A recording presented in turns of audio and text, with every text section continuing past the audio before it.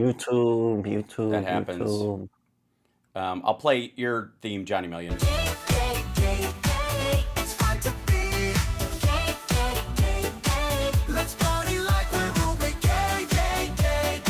No, that's the wrong one. Sorry, Couch Humping.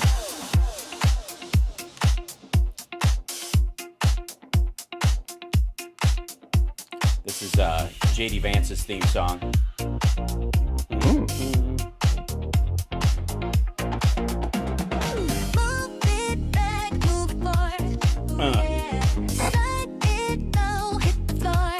Whack-a-diggy-doom-doom. Make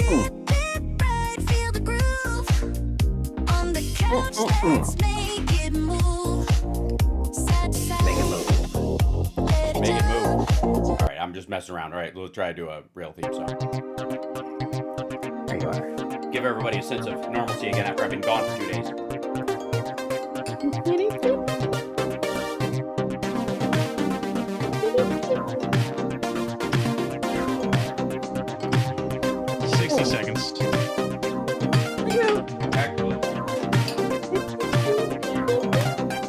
I will finish my oatmeal when it has become concrete. Never easy. No.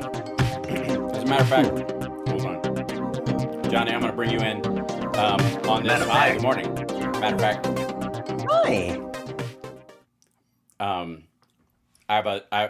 Don't forget, I have a happy ending that for you in particular that I got to do. Also, can I just say that this little Star Wars like toy, it's like it's a Rancor with its mouth open, is a great thing to hold picks in. Oh, look at that. As a little desktop pick holder. Thank you. I've had this for a while. Thank you. Here we go. We're coming. Getting ready. Hi, chat room. Welcome to the show. It's Hal Sparks radio program Megaworldwide. We're about to start in a second. There's Johnny Million. We'll be there to do the thing. Ladies and gentlemen, can I please have your attention? And I need all of you to stop what you're doing and listen. Now, live from Chicago, the Hal Sparks radio program Mega Worldwide. I have come here to chew bubblegum and kick ass. Hal Sparks, actor, comedian, and multimedia personality. And I'm all out of bubblegum. Hal Sparks. All right, let's do this. My goodness, Johnny Million, it is good to see you, my friend. It's nice to be back on the air. Welcome back. Yeah, I had 2 days off. It was weird. It was really weird. So for those that don't know, They missed you. The chat missed you. Well, they were sorely missed as well. It's been a crazy whirlwind, 72 plus hours. My son turned 14, and I have not been able to spend a birthday with him for 9 years. Don't get me started. Oh my. And now I finally got to wrest one back from the fates, which is lovely. And so we went to Disneyland, a place he has not been since he was, I think, 8. And so he was definitely big enough to be on the rides now. And he did all of them. We did Incredicoaster. We did what used to be the Tower of Terror at California Adventure and is now the Guardians of the Galaxy ride, which is stupid. And the longest line, it's like a 2-hour line for this thing that just drops you in an elevator. Why is it stupid now? It was stupid before as the Tower of Terror. Now it's stupid because it includes Guardians. It makes no sense. It's just they converted one ride into another. And it's, you know what? I wouldn't care as much, except Summer, my girlfriend, loves Disney. So we have been a few times. We go for her birthday. It's one of her big birthday splurges that she likes to do. And we went to Disney World last year for her birthday. And they have a Guardians ride there at Epcot Center, which is probably the single greatest ride in all of the parks, bar none. Okay. The new one. So it is a combination of Space Mountain and the Rise of the Resistance ride together because it's fast and it's it's a crazy roller coaster, but it's also got a lot of stuff in it. So, anyways, that one will put all the others to shame. It's just brutal.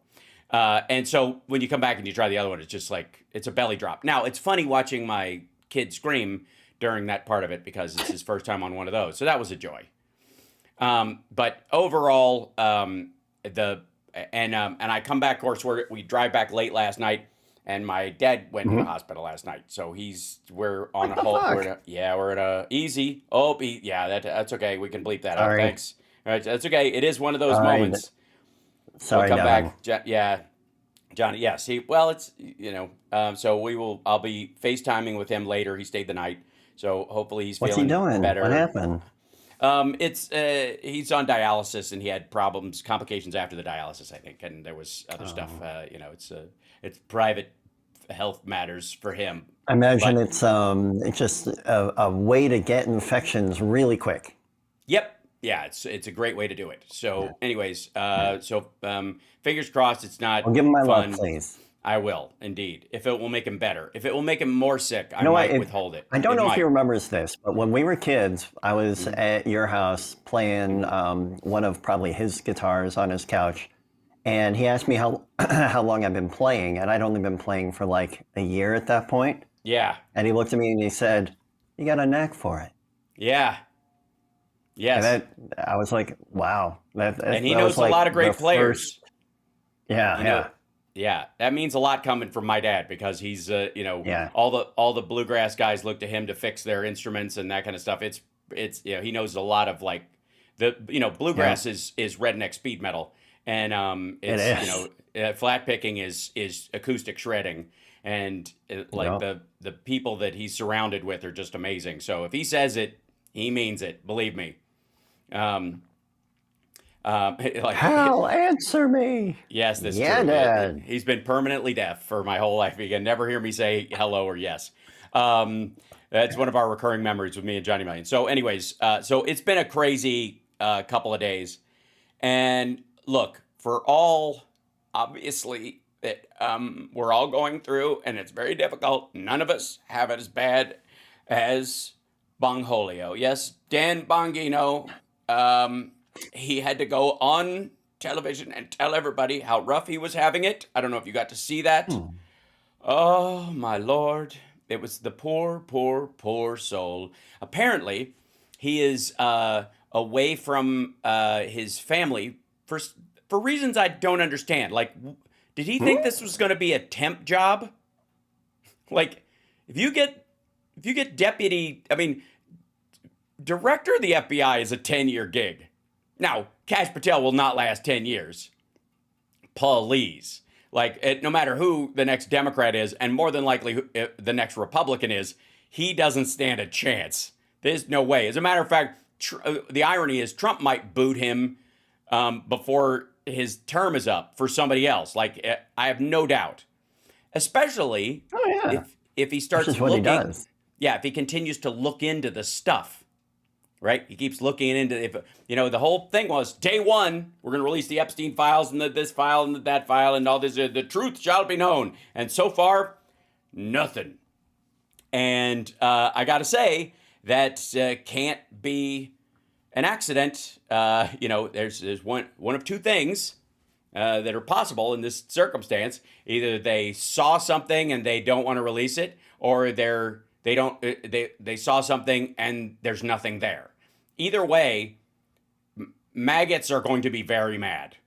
Maggots are going to be, furious. They already are. He's been on an apologia tour. Basically, his gig now, Bungholio, for those of you who don't know, Dan Bongino used to be a Fox weekend host, just like Hegseth, but he got bounced because his ratings were so bad they didn't even help on the weekend morning show, which is literally a loss leader. They don't care if it makes money. It's really just, it is the cantaloupe in the fruit salad that is Fox News. It is the filler chunks. Maybe honeydew. Cantaloupe, Yeah, I you're like. right. Let's say honeydew.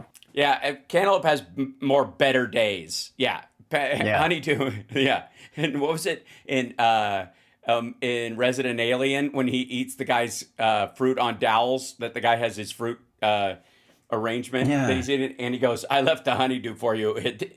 It smells like old lady's perfume." I cannot wait for the next season. Oh, it's gonna be so exciting. So Bungholio himself, though, one of the reasons I really do believe that he, sort of borderline rage quit on Fox's video because he's going back home. I mean, this is, I got to say, you watch a decent amount of the true crime, don't you, Johnny Million? Oh, yeah. Yeah. And one of the things that they often find, and again, this is a subset of a subset of a subset. These are the ones they can catch. Obviously, that famous Mindhunter line just keeps banging back into my forehead. That everything you know about serial killers has been, you've divined from those that you've been able to catch. And that idea, right. You have to remember that when you're talking to anybody online, when you're discussing any topics with an activist, because an activist is a subset of people who care, who are also egomaniacal and loud enough to think their voice matters more than yours do. So they talk a little louder, that kind of thing. So, you're always talking about that subset. But in this sort of subset of crappy Fox hosts, even Bungholio couldn't even score there. So he bounced off and started doing this. He took a bunch of money from whatever else he does together, I don't know, blackmailing former people he covered or taking his take from the Treasury heist he was a part of when he was in the Secret Service. I'm kidding, allegedly. Maybe not, but perhaps, could be. I have no way of knowing, but probably. Anyways, I'm just messing around. But he definitely... He was one of the investors in Rumble when it was cheap and stuff. He was also behind the Parler, which was one of the knockoffs before Truth Social broomed everybody, and then they just went back to Twitter and cadavered all of them. When Donald Trump made the genius business decision that there are already 5 right-leaning social media companies out there, I'll make a 6th. Well, Parler, for those of you who don't know, one of the reasons why a lot of the Jan 6ers went to jail is because Parler was so poorly designed that when you upload a picture or video to it, instead of that picture or video being a copy of it, which starts afresh in its metadata, it just did it like a direct copy of the original from your phone. It took all the metadata, all the location data, all that stuff, and it just stored it with it, amazing. Which is, And so that's all the FBI needed. And there was a 70 terabyte breach because they were only using the demo version of the WordPress security on the website, which was like $15 as opposed to paying for it. It's just it's so these guys. And of course, that's the guy you want in charge, to be deputy director of the FBI. So he went out and he was whinging this week about how he doesn't see his wife and everything on his desk is a 10 and he stares at 4 walls and it's just work. Now, was that for you and me, Johnny Million? Was that for us? Was that to make us think he was on the job? Nope. That was for maggots who were, every time he steps outside, tries to go to a restaurant, they're like, where are the Epstein files? He did not kill himself. That's all he hears on social media, in public. Dude cannot go from anywhere. Maggots? Yes. Because, look, we all care that the Epstein victims get some restitution. Maybe they divide up his entire fortune, whatever was left over, and then they go after the people that he was connected with that were engaged in this kind of stuff. That's what we care about. They care about the whole Jeffrey Epstein didn't kill himself, blah, blah, blah thing, that he was killed. Now, never mind that. Dig deep enough in any of these issues, Trump is at the bottom of the pit because Trump was president when he was arrested and when he died in jail. So at some point, you're going to reach a door as a maggot, which you will fear to go through. If you go any further, you're going to remember that this happened under Trump. And that now all the stuff you're mad about, all the compiling, all the case stuff, all the stuff that benefited the victims, that all happened under Biden. They were processing that stuff for the civil cases so that they could take federal information that was, that they had seized because the trial didn't happen, and release what was germane to the victims on a Freedom of Information Act because they were directly related, and so they could use it in their lawsuit and to, I guess, go after Ghislaine Maxwell as well. Soon as Trump comes in, Mr. I wish her well, all that grinds to a halt. And again, look, there are a lot of things I would say to to Bungholio if I ran into him in public. The main one would probably be with my thumb on the end of my nose. Oh, yeah. You know, I mean, seriously, why would I even waste any of my good insults? He won't understand them. But that's nothing compared to how maggots are receiving his tenure. We'll be back right after this. It's the Hal Sparks Radio program, Mega Worldwide. Elon Musk is leaving. We'll talk about that next. He got a black eye. Yes, he did. From his toddler.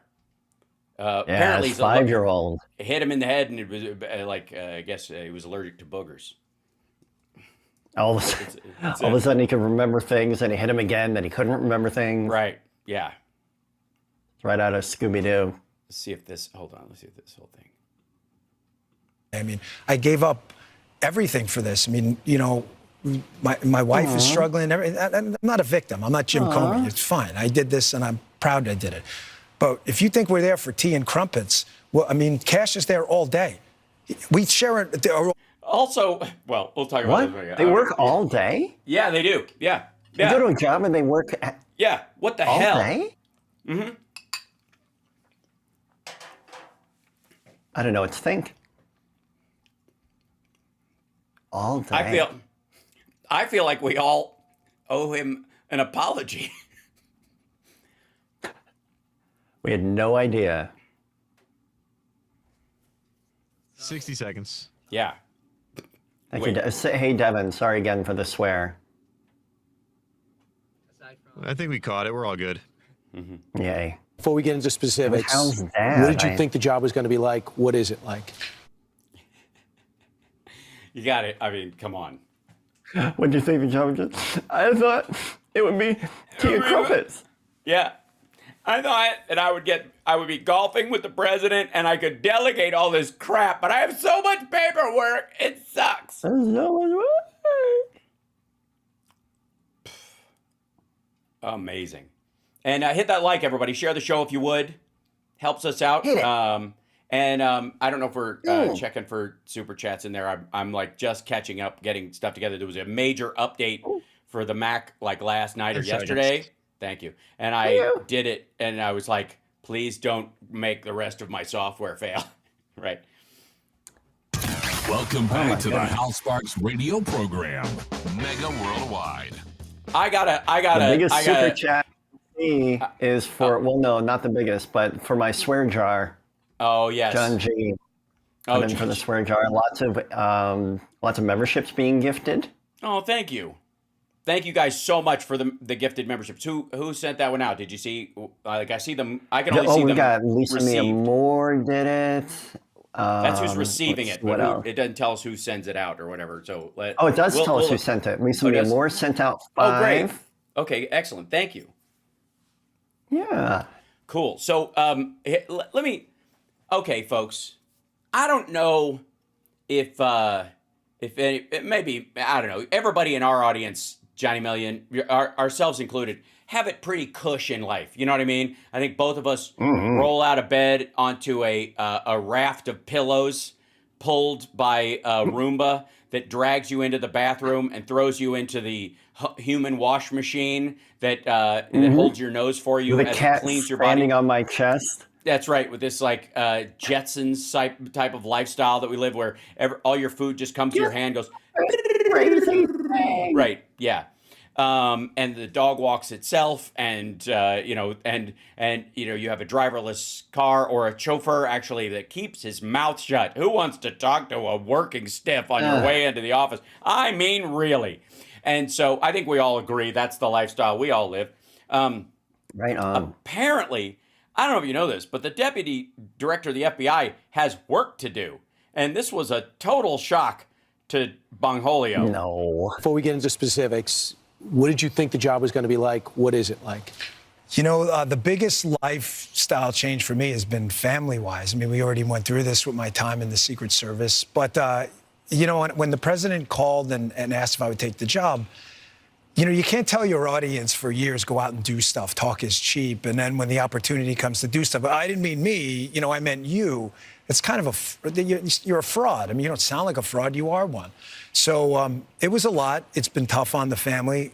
People ask me all the time, you know, do you like it? I say, no, I don't. But I didn't. The president asked me to do this to like it. You know, nobody likes going into an organization like that and having to change. Why not? What? What are you talking about? People, I got news for you. No. I have, my cousin is a U.S. Marshal. My uncle, rest his soul, was a FBI agent for years. Did they like it? Yes, it's tough work, but they chose to go into it.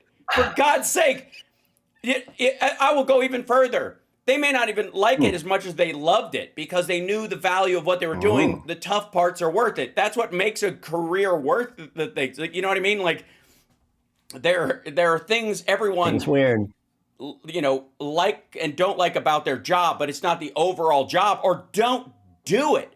That's so weird. I got to tell you, I would feel a lot safer. I think we would all sleep a lot better if the people working in the FBI liked being in the FBI. I'm just saying. I don't, what a whiny little, all right. And then this business, this is the stuff about him being not divorced. Everything for this. I mean, you know, my wife is. Oh, he says, I gave up everything for this. Beg your pardon. Here you go. I mean, I gave up everything for this. I mean, by the way, narrator, he did not give up everything for this. but seriously, he did not. This is not charity. He has a salary. He can work. He's got now his pension will last his lifetime. Stupid. My wife is struggling. I'm not a victim. I'm not Jim Comey. It's fine. I did this, and I'm proud I did it. Also, first of all, you're not Jim Comey. He was the head of the FBI. You're the deputy director. Simmer down. Secondly, you just got to find a way to throw people under the bus, right. I guess. This is his version of Biden, I guess. You know, like Trump always blames or shames Biden. This is this lazy reaction. But even then, you're like, I never remembered Comey complaining about work life. Do you? Nope, not once. Not once. What? But if you think we're there for tea and crumpets, well, I mean, Kash is there all day. We share it. Our offices are linked. He turns on the faucet. I hear it. He's there at. It's like they're cellmates. He's in an. It sounds like he's got a job, Hal. Yeah, it's brutal. Who did this to him? Obviously, I mean, I think breaking news: Trump hates Bungholio. He does. He's not going to let him look for TP for his bunghole. He is. Are you threatening me? Maybe that's what he said when he was like, "Would you like to be the deputy director of the FBI? Are you threatening me?" He gets in at like 6 o'clock in the morning. He doesn't leave till 7 at night. You know, I'm in there at 7:30 in the morning. He uses the gym. I work out in my apartment, but I stare at these four walls all day in D.C. You know, by myself, divorced from my wife. Not divorced, but I mean separated, divorced, and it's hard. I mean, you know, we love each other, and it's hard to be apart. But you're doing some great work. Good Lord! Again, what? Wow. What? Yeah.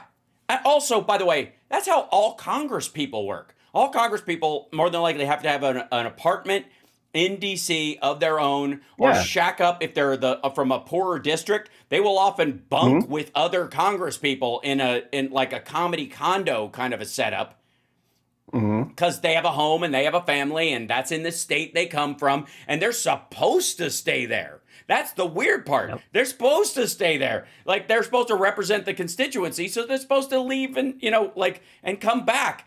The deputy director works in D.C.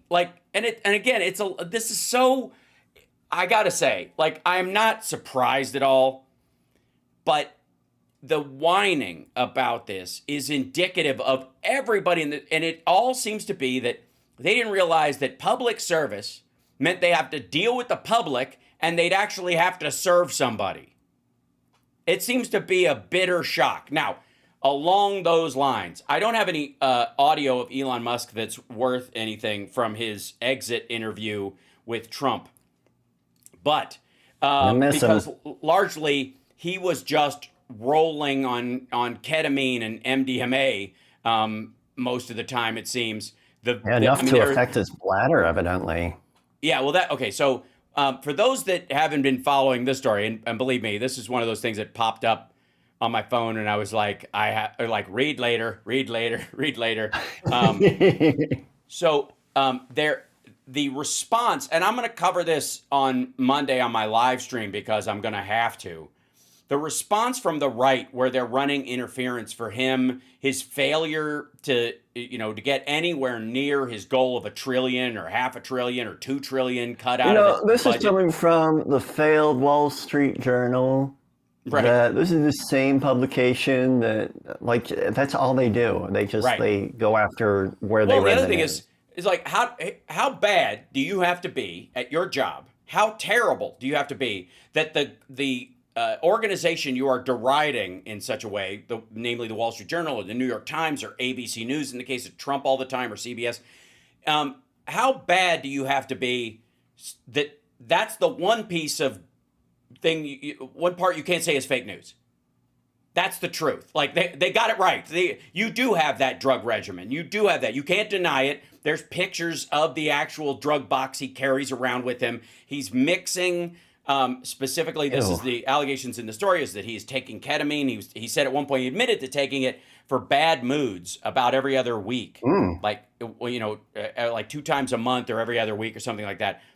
And it turns out according to those around him and according to the story, he's taking it every day. And you're not supposed to mix it with other drugs. He is, surprise, surprise, mixing it with other drugs. And I got to say, I'm of two minds about this, Johnny Million. On the one hand, this story seems to be coming out because people are mad that he failed so bad at his Doge thing, and it was really a heist the whole time. # Doge is a heist. And it was really about lifting private data that is worth worth 10 times its digital weight in gold. I don't know how you there is no weight to digital data, I guess. So the hard drive's weight in gold, sure. That the theft of this was, they're mad about the fact that he didn't meet any of the goals he said at all, didn't come close, like self-driving cars and everything else. He just totally crapped out. And it's coming out then. But there's also another story to this. And this was where I'm one of the people who believes that he was behind some of the attacks on his dealerships and cars because it made him sympathetic. And it isn't much. Like, there were definitely some real actors there. Some people actually act there doing that stuff. But you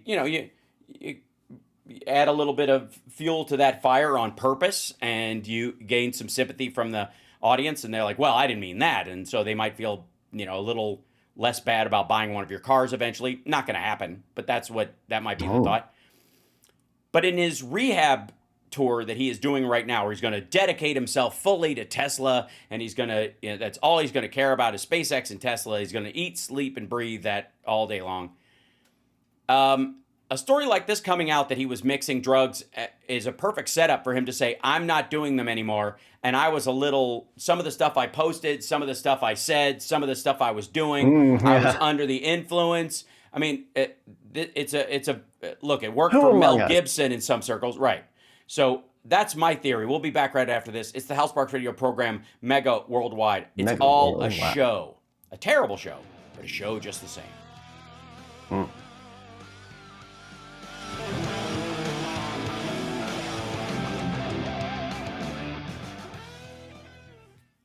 Yeah. Listen to me play that guitar. It's pretty amazing. That's me. Oh, did I show you you'll have to recognize this one. I showed it the other day on stream.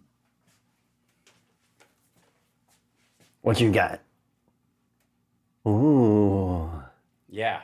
I've had this since we were in high school. This was my guitar I started learning on. And it was it was not working for a long time. So I swapped out. I see that it's got the 80s Squire headstock. 60 seconds. Yep. Thank you. Yeah.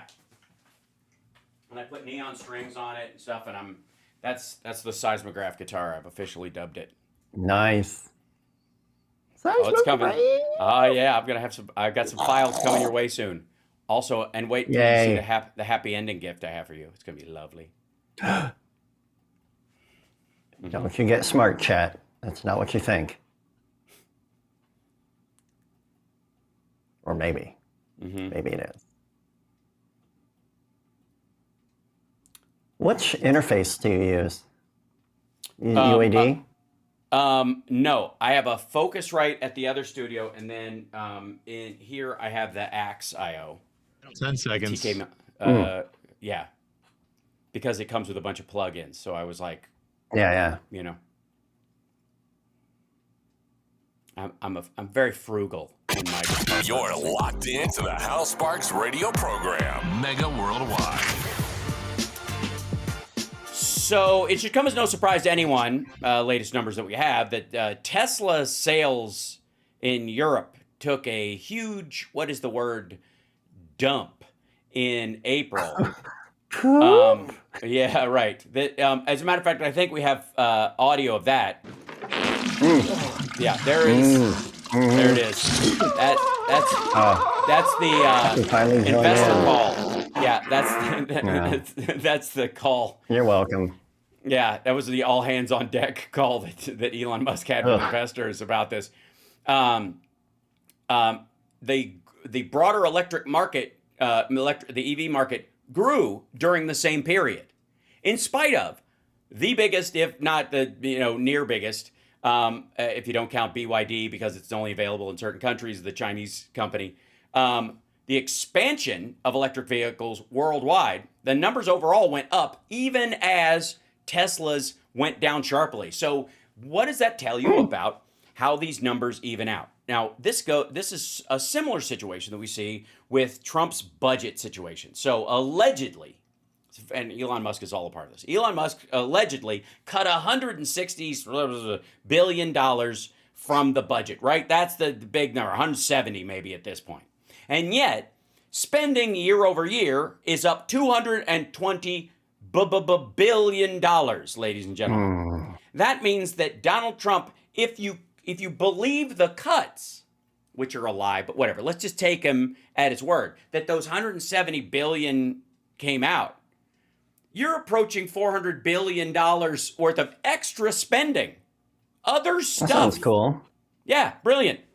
So that is probably why a lot of the deficit hawk crowd in the House held their nose and barely squeaked by the bill that went through the House and ended up going to the Senate, which is not going to come back in the exact form that they voted on it. So they are going to lose votes. Mike Johnson is going to lose votes one direction or the other, no matter how this comes back. And I guarantee it's going to have enough to dismay both deficit hawks in the House and people who need the extra spending. There's going to be enough for all of them to hate it, but not enough for them to swallow it. That's the issue that they have. There's one thing where you can kind of go, okay, everybody hates this, but we got to make some tough choices, and here we go. The problem is the tough choices for one group make the other tough choices for the other group evaporate. They cancel each other out. It's not like you get a cut from your program, I get a cut from my program, and we both live through it. It's I get a cut from all my programs, and you get to add money to the debt for your programs. That's essentially it. Now, Johnny Million, before the show happened, I said I had an epiphany this morning, and I was I remember this. Please don't let me forget to say this. And I want to thank you for reminding me just now. That's why I'm here. Whenever they talk about the cutting, the tariffs. Okay, whenever they talk about the tariffs are going to take a lot of money, but we're going to grow our way out of it. The economy, don't worry about this, the inflation that's caused by these tariffs, because the economy is going to grow like crazy, and it's going to grow out of these things. So just suck it up and deal with those things, because you're going to have so much extra money, it won't make any difference. Now, we've heard this a myriad of times about dealing with the tariff costs and dealing with the slowdowns and the like. That the possible deficit and all this stuff, it will be worth it in the end because we're going to grow our way out of it, right? And that is, if you ask anybody at Bloomberg or MarketWatch or CNBC or any of these, econ newspapers, what's the plan? If Navarro and these guys had to boil it down to its absolute anus, what is the last drips of this stupid idea? What do they think's going to happen that will salvage this garbage economic theory they have? And all of it comes down to we're going to grow our way out of it. Sorry, we are now on Instagram. Sorry, it was having a cycling problem, so now the gray circle has stopped spinning. So welcome, Instagram people who are joining us right now. You can go see the other parts of the show on Substack if you missed it. So, and you like watching things vertically. Look, I'm not here to yuck anybody's yum. Now, yes, in the interim, the idea is that, okay, we got these tariffs. It's going to cost the economy. It's going to slow the economy down. It's going to be easier, but we're going to grow out of it. We're going to grow our way past it. Okay. If that's the case, and the same is true of the tax breaks, right? The tax breaks, right? We have to cut. We got to cut programs because we got to cut things so we can have the tax break. We must, we got to cut people's taxes, so we got to cut all these programs because we got a bloated federal budget, and we just got to deal with this. So we got to cut this so that we can pay for these tax breaks. Well, why, if you believe this growth is going to happen, why won't it grow you out of the tax increase? Why can't you just let the taxes go? If it's going to grow, why not just let the tax cuts expire? Because growth is going to be amazing. And they are all saying, like, if this is, a bunch of these folks, they keep talking about this, mainly rich people who want to guarantee themselves a bigger chunk than they're admitting to, because it's not, in Trump's tax thing, it's not even the rate, it's what they're allowed to write off, which increased dramatically. And he wants to continue to increase dramatically. So he wants like total write-offs for anything even remotely business related, which is just a way to look, if you have a yacht and you take clients out on it, what's the difference between, you, I don't know, be it driving a bus out to Burning Man and giving people, that's your gig, that's your job, right? And they pay you in, wampum or shekels or it tickles or whatever. Wampum. I don't know what the currency is at Burning Man, and I'm afraid to find out. And it's wampum. It has to be. It just sounds good. So that if you can grow your way out, if you can grow your way out of the tariff nonsense, why can't you grow your way out of the taxes going back to their original rate? If the growth is going to be so great, and if, by the way, the tax cut was so terrific and will lead to growth, how can you say there was no growth during the post-COVID era? I mean, Trump this weekend was like, we had a dead country. This country was stone dead. We were dead. It was like and again, if people didn't know even a marginal amount about unemployment or the stock market or rising wages or any of that stuff, of course not. And then we get this report that real wage growth went up 0.8%.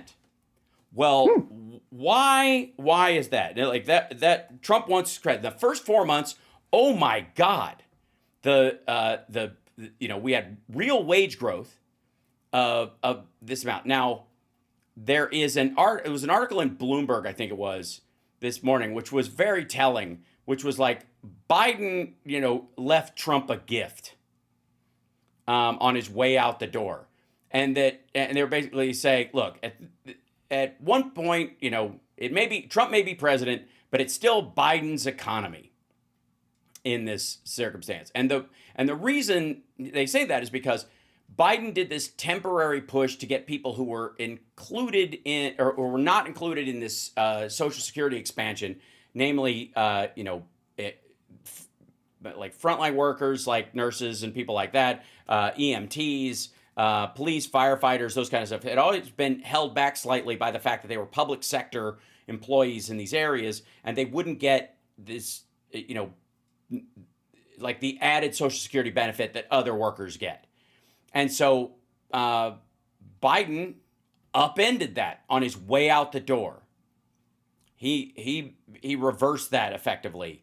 And by the way, that's one of the other reasons why you got a CR this time. Because Republicans even know that this is, you don't want this to go away. So it raised wages in that group of people something like 2.8%. 2.8%, which was such a large group of people and such a large amount of money that it buoyed wage growth in the United States 0.08%. Boy. And so they're so I don't Trump. know why that. I don't either. Every time. Yeah, boy. Right. Right. I'm an idiot. No. You're silly, and I appreciate it. Yeah, buoy. Boy. So that little change, that thing where Biden knew that there were certain people who were mistreated under the system. He rectified that. Again, the entirety of the Biden presidency was an old man planting trees that he will never sit under the shade of. And at some point, like we have learned our lesson in retrospect with Jimmy Carter, people are going to recognize that about Biden. They're going, it may take a while. It may not take as long as you think. I will say that, right? But it will definitely happen at some point in our near future. And Trump played a clip of it when he was in his Elon Musk exit interview that he did. He played a clip of somebody on Fox Business going, "We had 0.8% wage growth. It's amazing. I've never seen something like that in the first 4 months." Yeah, because it's the last 4 months of the previous administration, because until you start your policies working, nobody got raises during that period, right? Nobody's going to are the tariffs happening? Are they not happening? I think we'll give everyone a raise. No one did that. As a matter of fact, if he hadn't done all of the tariff shenanigans, and we'll get to taco after the break, which is just the gift that keeps on giving. Oh, he hates it. Oh, he hates Chicken it. is up there so with dog for him. Oh, yeah, right. Well, this is, like a dog. Like he groveled, he died like a dog. This is, we're going to see this over a period of time where people are going to recognize the good that came out of the Biden administration. It's just going to take a lot longer for people to recognize, in the immortal words of Tom Kiefer, don't know what you got till it's gone. And the key part of all this, though, is that Trump's running out of runway. This is the issue that they're running. That's why taco is happening. That's Trump always chickens out is the phrase that triggered Trump this week because he's very delicate. But the reason the reason everybody is kind of counting on that is because the people around him are going, no. This is the hard truth. Things were working. Coming out of something like COVID is an enormous thing. It is, it is still dragging on some of the world's bigger economies. You can argue that China will never actually get out of it and back to where they were. They may at best be in a Japan 1990 sort of situation where it will take them 10 years to just find balance again. But the United States, we came out of this and we made great headway. Vaccinating people, getting people back to work.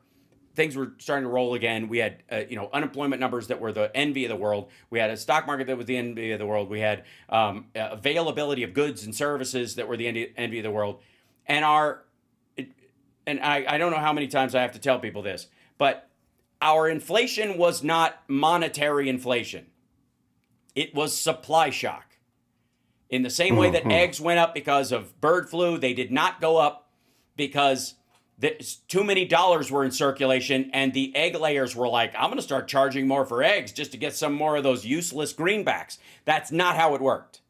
It never was that. Anybody who tells you it was monetary inflation is selling something, probably gold, which for the record is just a pretty rock. We'll be back right after this. It's the Hal Sparks radio program, Mega Worldwide. Like, subscribe, support the show if you would. Patreon.com/Hal Sparks. And of course, on all of our sites at Hal Sparks. You can follow me on Blue Sky. There's a Substack. Join the fam. There's things.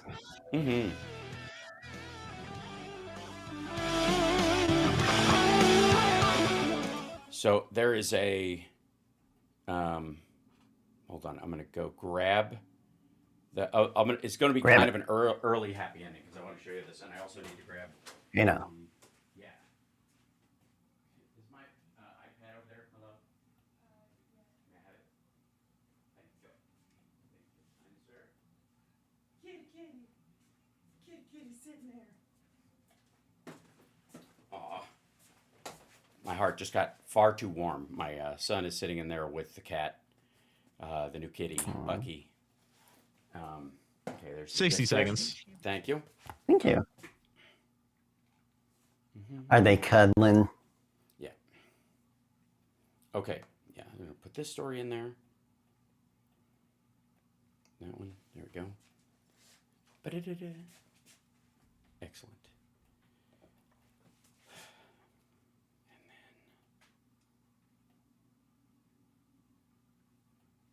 yeah, there it is.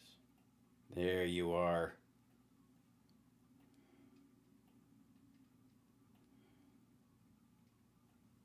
Okay. Cool. So, yeah. Put this down here so we can take a look at it.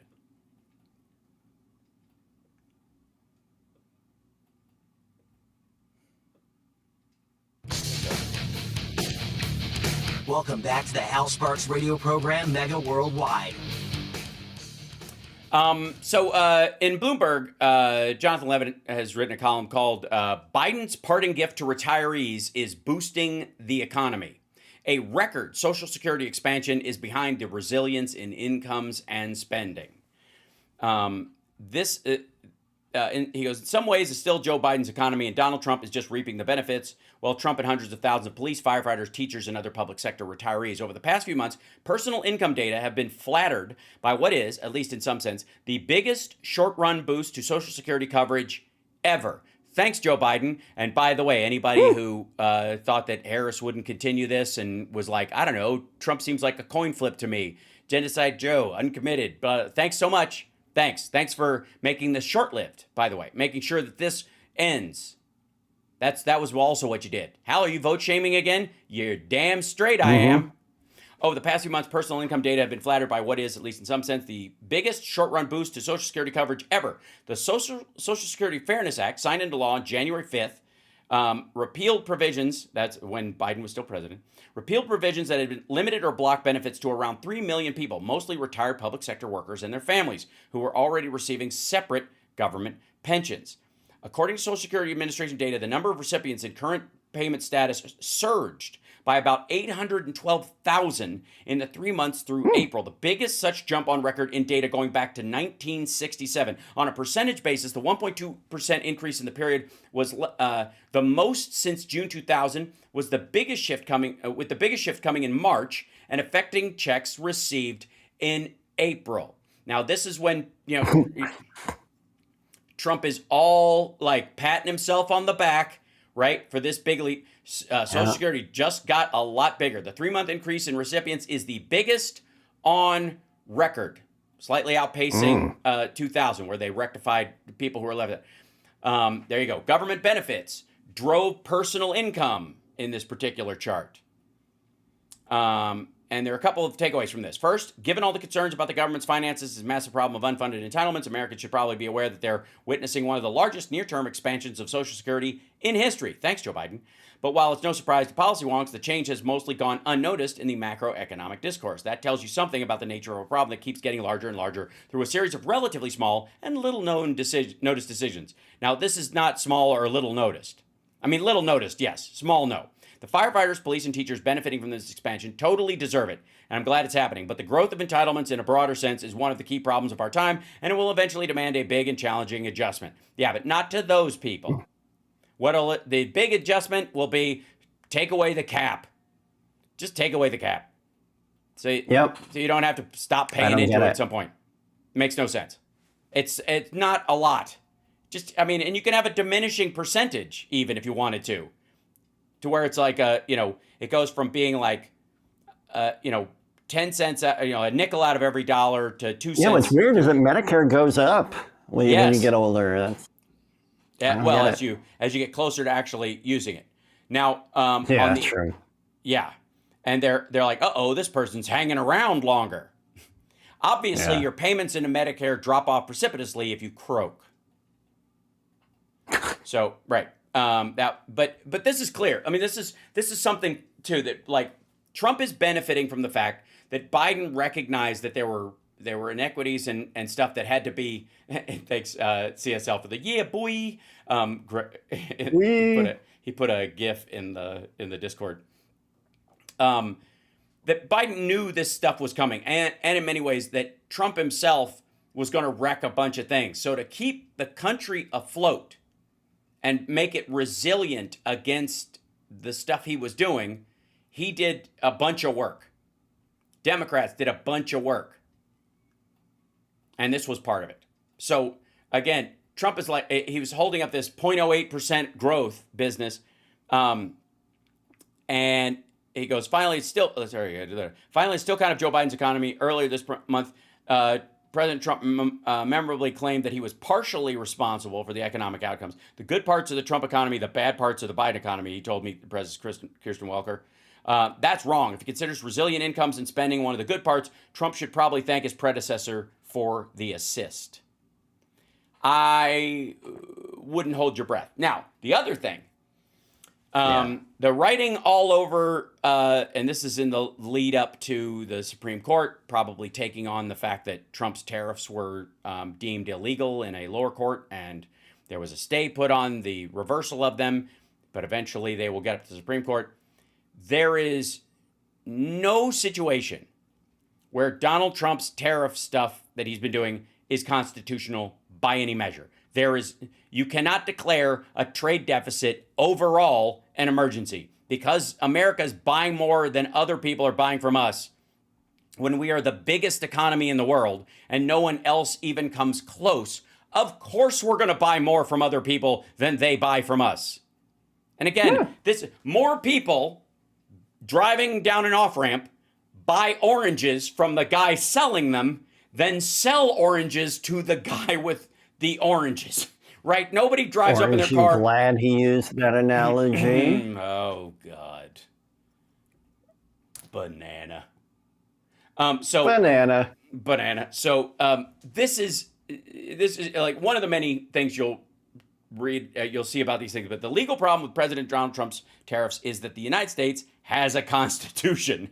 You know, when the articles start off that way, it does not take a storied and studied mind to figure out that this dog will not hunt, as it were.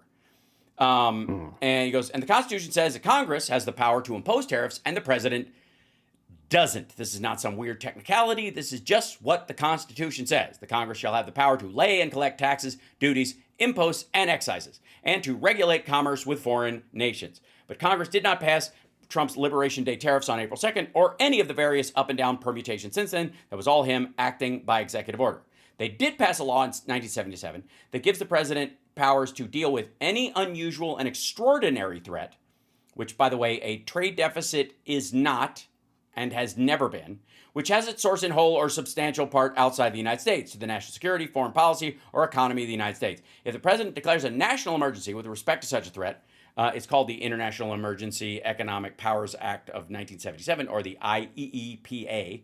Specifically, the president can investigate, block during the pendency of an investigation, regulate, direct and compel, nullify, void, prevent, or prohibit any acquisition, holding, withholding, use, transfer, withdrawal, transportation, importation, or exportation of, or dealing in, or exercising any right, power, or privilege with respect to, or transactions involving any property in which any foreign country or national thereof has any interest by any person or with respect to any property subject to the jurisdiction of the United States. Well, that sounds like he's got the power to do anything he wants.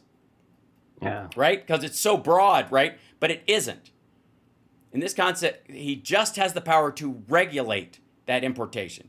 So he gets to create a regulation around it. That is not the imposition of tariffs. He could literally say, we're not taking steel from that country anymore. But if he did that, the people who buy the steel would be very angry because there isn't enough steel to go around, and they wouldn't be able to spread their costs out over the local stuff and the foreign stuff and even it out, so businesses would explode and go after him and that kind of stuff. So instead of just going, we're not taking any Chinese steel, we see it as substandard and dangerous, and they're flooding our market, so we're not letting it come into the country. He can do that as president, temporarily, if he declares an emergency. But the continued sale of it means you're allowing it into the country. So it is simply a regulation. And in that regulation, it only applies when the emergency exists or you can prove it exists. And if anybody challenges that it doesn't exist, as these people did in court, and they can go, it's not an emergency, it's normal, this is how it works. We're the richest country in the world, we have the most money in the world, of course we're going to buy more stuff from other countries than they buy from us, period, end of story. And in a bunch of these areas, like England, they actually have a more of a deficit with us. We have a surplus with England. They buy more from us than we buy from them. And it's almost like Trump evened it out our direction by saying they could sell more Rolls Royces in the country to his buddies. So overall, like, the tariffs are doomed in the courts if there's any sense of, you know, justice in the world, and the Constitution is still actually, that the SCOTUS actually cares about it, which I guess is sort of debatable. Although, like I said, one of the things we have going for us with the current SCOTUS and the people that Trump puts in any of these positions is they're egomaniacs too. That the man picks people who he thinks are sycophants, but as soon as they get in that position, it's all about them from that point on. It's my legacy, buddy. And so everybody he's put in there, besides maybe slightly less so Brett Kavanaugh, because he's afraid of his gambling debt stuff coming out or something. Maybe there's some leverage on him. Or Clarence Thomas, because Ginny yells at him all the time. Because of everything. Yeah. But I mean, they're ready to hang Amy Coney Barrett out to dry right now, because she's either recusing herself from stuff or voting against what they're talking about because it violates the Constitution. She was a heat-seeking missile for abortion rights, and now that she's done that, she's very happy becoming a constitutional hero to the whoever's left over at the Federalist Society or wherever, you know, whatever group she's going to, you know, hopes take a shine to her in the post-Trump years. There's no way these things are constitutional. They aren't. The question is, when the Supreme Court rescinds them, who owes the money to the people who paid the tariffs? My guess is the taxpayer is going to end up bailing out everybody who paid tariffs for the goods that came in the country and repaying that money. Either paying it back as it existed, just a refund, plus extra money. We'll find out, but I'm going to guess that's what the ruling does, because I would sue, wouldn't you? For redress? Right. So we'll be back right after this. Phil Bitner is going to be joining us from Kyiv. There's obviously a lot going on over there, and we'll talk all kinds of foreign affairs stuff when we return, including oil's going to get cheaper. Who told you there was going to be a glut? Me. We'll be back. Oil. Okay. Special story during the break for anybody streaming. This is just for Johnny Knight.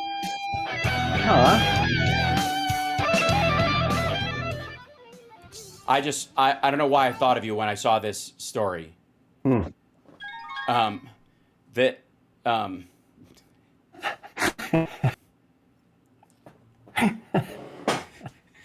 This is... He's dead. No, man, he's dead. Yeah, and he was like 8 feet away and thought he was dead too, apparently. I'm dead! He's dead! We both thought we were dead. Yeah, hikers who reported friend dead were just extremely high on mushrooms. Yeah, this is Daily Beast. Hi, Phil. Hold on one second. Let me bring in. Hey, and we'll go into here. Let's see. I'll assign you to add to the right, and then we'll pop this in here, and it should work again. But sometimes I have to move people around, as we do, because I got to figure out my reframing. Yeah, there we go. How you doing there? Are you getting any sleep? Are you okay? Another day in paradise. Let's see. Okay, there we go. And then I'll go to this guy, and we'll try to move them around.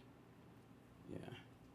And I think I'm going to move this up so it's a little, there we go. A little better. Excellent. I don't like it. I don't like it one bit. Like, oh my God. Baby. What a baby. What Seriously. a baby. Literally a baby. Yeah. I don't like it. I don't like it. We love being bombed. We love seeing our friends killed. Yeah. I don't like it. Whoa, well, that fixes everything.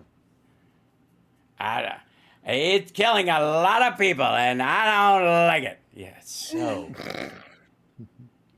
Phil, Now watch me hit this putt. Yeah. Jesus. I don't know if it's your camera or your connection, but you look fabulous today. I mean, I know that the subject matter is always stunning. It's just the quality of the conveyance. Yeah. This time.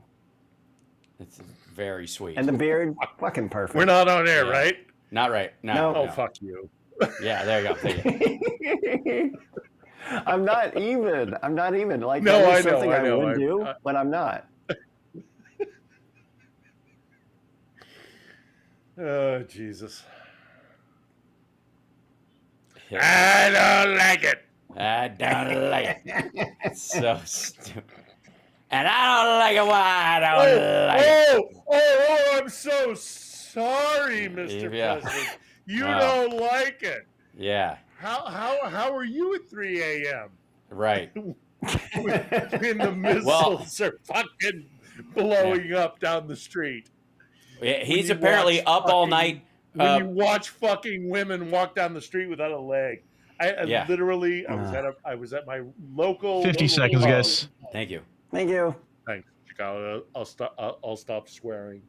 It's tough. I was at my little local. Don't stop telling that story. I was at my little local pub. There was this woman who had her boyfriend had to help her out of her stall, out of the table, and I realized it was because she didn't have a leg. She'd lost her leg. Wonder how that You don't have happened. to ask why. You know. You figure she just. I don't like it. Yeah. So Saving pitiful. your crocodile tears. You playing the horses? Hold on.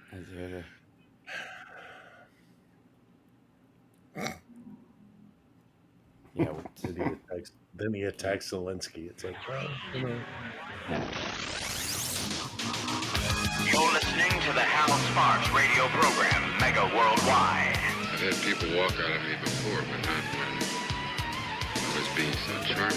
Video streaming at halsparks.com. I don't care for you or for the putrid sludge you're troweling out. Puss-faced little pimp stick. True progressive talk. Might be a good time for you guys to give up. So Phil Bitner joining us from Kyiv right now. It's such a strange time over there right now. Obviously, I follow a lot of the accounts that are talking about the attacks in Kharkiv and around Kyiv as well. But the first and most important question, before we actually gather questions from the chat for you as well, is how you doing? Yeah. How are Just you? another day in paradise, Hal. Living the dream, baby. So, according to Lindsey Graham, the strange bedfellow of the Caring for Ukraine movement, it's an odd world. It's an odd world. This is one area where he seems to get it right. He says Russia is preparing for another military attack. He says, as we speak, they are building up their forces along the Ukrainian border for a counteroffensive in the summer or fall. Putler is trying to stall for time. And I agree. I think he's definitely trying to stall for time. Obviously, all the ceasefire stuff is nonsense. It's blather. None of it amounts to a hill of beans. And the purpose of it is to just give him a chance to reload or add more personnel or dig more trenches or, that kind of thing. Or I don't mean, maybe sell something to his own people, like a reprieve from the hits that are happening inside Russia. So, or wait for Trump to lift sanctions because right. Well, we got to make good trade, and Well, yeah, think of all the benefit of reopening the markets between Russia and the rest of the world. Who cares about the fact that people are dying every day in Ukraine? Let's make some money. Right. Well, so the Saudis have, and I guess the other OPEC Plus members are now going to fast track oil output. I said this last year, that they held back on this as long as they could in an attempt to keep the prices high. In some cases, Iran wanted to do this to, and others to keep Russia sort of in the game, because once the price gets around $55, $60 a barrel, especially with sanctions and other stuff going on, they hit below break even. It costs them money to do it. And if that's a sustained number for a year or 2 years or something like that, then that's it. You're going to lose money and you're going to lose facilities. It's better to shut them down and never open them again. And that's a dangerous place for them to be. But OPEC, I've said there's going to be a glut this year no matter what anybody does, because they were artificially holding back supply, and the smaller OPEC countries were not pumping as much. They were protecting, they were joining in. Saudi Arabia had basically laid down the law, and everybody had to, lower their production. But a bunch of them were like, look, we can't do this like you can. We can't sit on our oil. We have to sell it. It's the only thing we got. So if you don't let us produce as much as we can, even at a lower price, we're not moving enough to change our lives. And so it broke. Like whatever that fever was broke about 2 months ago. They were trying to hold on as long as they could. And you could argue they did it just to get Trump in office and get, to attack Biden during that time, to keep the numbers, the numbers high for them as far as cost. But then it's almost like as soon as they opened the gates, it's started this mass acceleration, and it's hard to know if they're trying to attack Trump's drill baby drill policy, because that's what the Saudis and the Russians were up to last time Trump was in office, was he was going to drill a bunch, and they were going to stop that drilling, that R&D, by lowering the price of oil, because where do profits go when they don't go back to the people who own stock or own part of the company? They go to exploration. And if you don't have that money left over, you're not digging new wells. You're not exploring. And you can't drill baby drill unless you have a bunch of money. The government isn't going to pay for that drill baby drill. They're going to let them have leases, but you got to have something to use, do something with those leases. Otherwise, thanks, it's Confederate dollars. But so this might be sort of a dual track situation. These smaller countries need to pump more oil. Russia's going to be the worst hit by this. Russia and Iran, you could argue, because the price will go down. And it could be an attack on American, on the drill baby drill stuff right after Trump met with the Saudis, because he's a big dum-dum and has no idea how anything works. And in the meantime, his response to Putin attacking and killing civilians, bombing during this alleged lead up to a ceasefire that they were beating their chest about just, 2 weeks away from 2 weeks from now. I don't like it. He's blowing up, he's killing people, and I don't like it one bit. So what? Apparently, nobody cares. Nobody cares what you want yeah. Well, this is the problem. Yeah. This has been the problem for a long time. And that's that we talk a lot and we don't back it up with action. Even sanctions, which sanctions are a tricky thing because they don't have an immediate effect.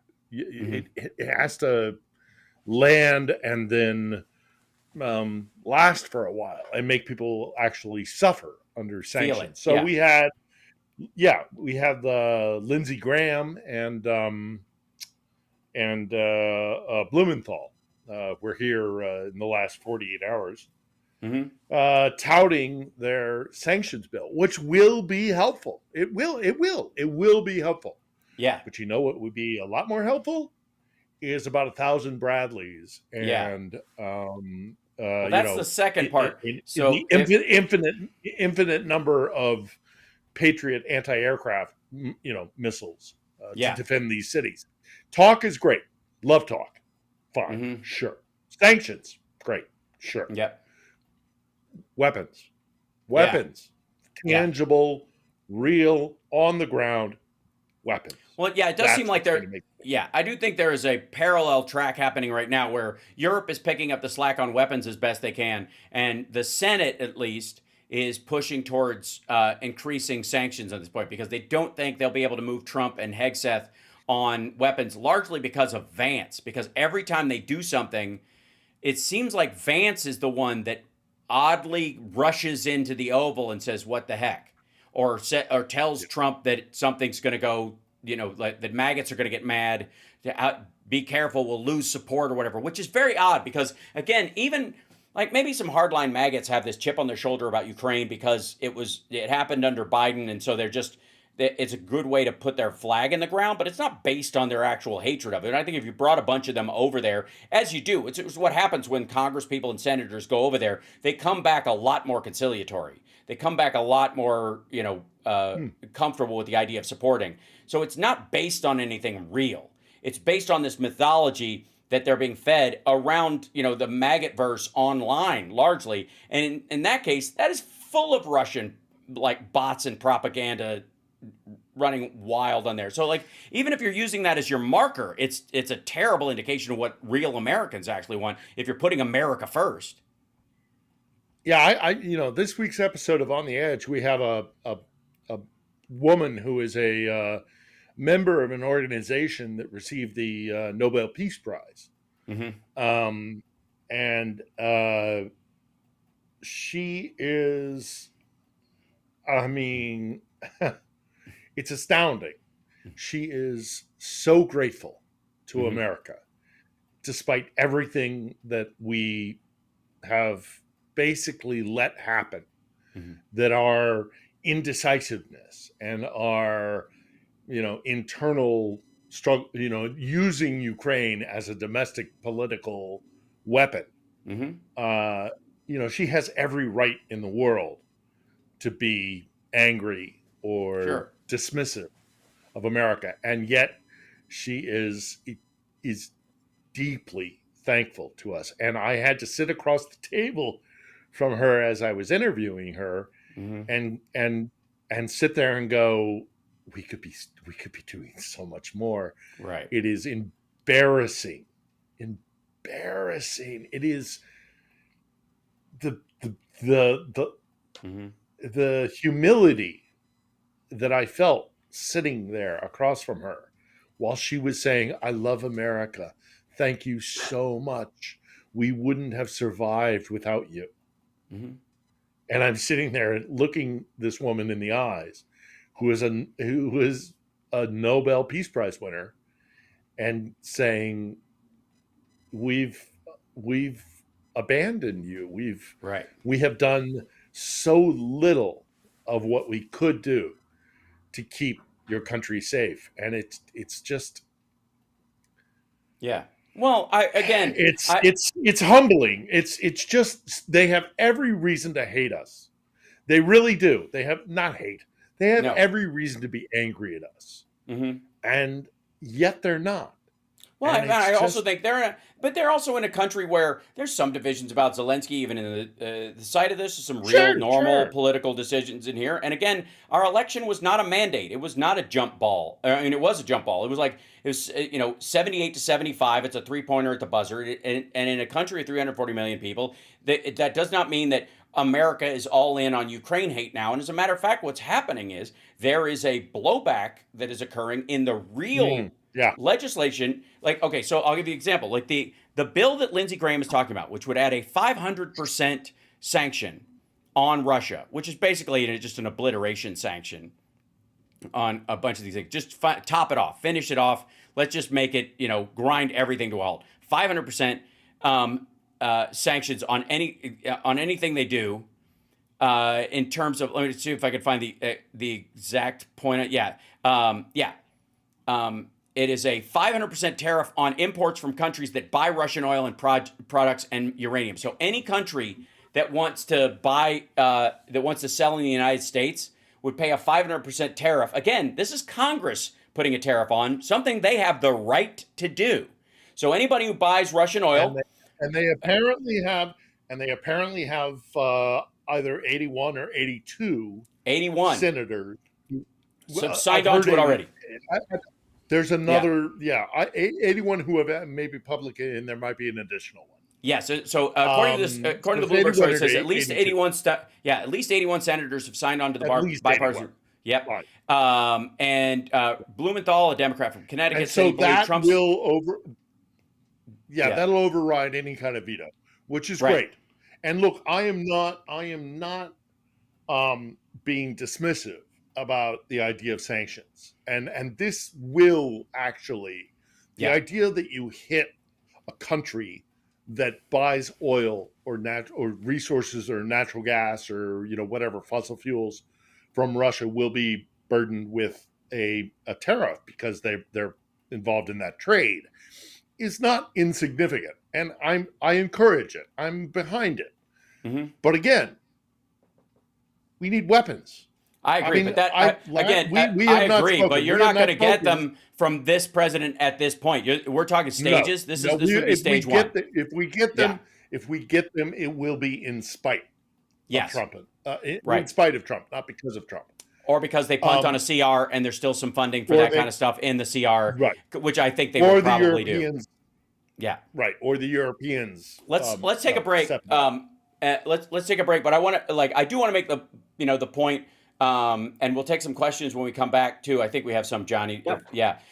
We do. But I do want to make the point that we have as far as what Trump was a hard line on, basically cutting everything off, even where Hegseth cut off aid that he didn't have the right to cut off aid earlier this year, that continues under the CR. As the Republicans approach this bill, if Trump doesn't add weapons to this thing, even if they just do it on the down low to the big, beautiful bill, there are a lot of senators who just won't give him some of the other stuff that he wants.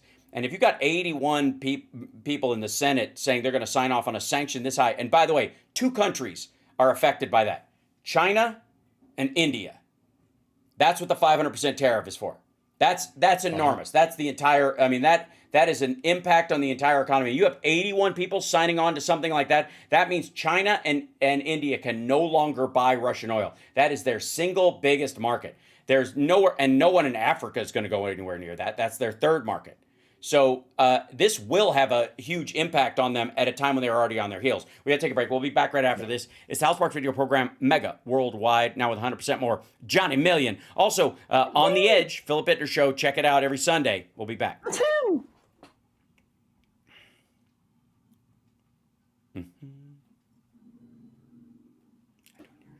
I don't near Chicago. There we go. I don't hear Chicago. Oh, there it is. Excellent. Excellent. So this is, I want to show you this real quick. This guy right here. Whoops, I got to move people around. Hold on. 2 guests with news. There you go. Gotta watch this week's episode, Hal. Yeah. Okay. She was. It was right at the day after. It was like we sat down and talked on Tuesday, which was the day after the 3 consecutive days of really intense attack. Thank you. And she was, thank you, Chicago. And she was very emotional. Mm-hmm. It's a good one. It's a really it's a good one. She, poor woman. I mean, Nobel Peace Prize winner. And I'm like, what does it matter? What does it matter? I got a Nobel Peace Prize, but my uncle or my aunt or my friend was killed. Mm-hmm. So it's like,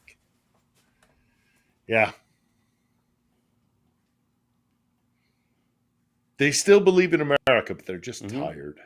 Right. Due to budget and time constraints, all the creativity has been removed from the Hal Sparks radio program Mega Worldwide Bumpers. Now welcome back to the Hal Sparks radio program Mega Worldwide. Would you like to play a game? Play a game? Yes, I would. actually. So this is from Bloomberg. Trump's appetite for punishing Putin is about to get a key test, and this has to do with that article we were talking about before that. But Graham was in Kyiv when he said this. He's been there a few times. He's not messing around, and he goes, he's tired of waiting for Trump to come around. Says he believes the Senate will start moving the sanctions bill next week. His proposal would ratchet up already smothering sanctions on Russia, including by slapping a 500% tariff on imports from countries that buy Russian oil products and uranium. So I guess we're going to tariff ourselves. I think we're still buying a little bit of uranium from them, or we were at one point. I think as the Senate begins to move, you will hear more from President Trump, said Graham. I think he has reached the point now when he is looking for concrete action by Russia. It isn't happening. And 2 days ago, he said he was asked if Putin is interested in peace. Trump said, I'll let you know in about 2 weeks. That's the defining phrase of his presidency, if not his entire life in politics. Johnny, let's grab some questions while we're at it before I bulldoze. Yeah, hang on a second. I'm just telling somebody I got their question. This is from Ed's 3D Tech. Can you ask Philip why we're seeing so little tanks destroyed and increase in lattice? Increase in the lattice. I'm presuming by that he means the kind of like cages that they're putting on the tanks, and that is part of the answer to my question as to why we're not seeing a lot of tanks. Is because of drones. Drone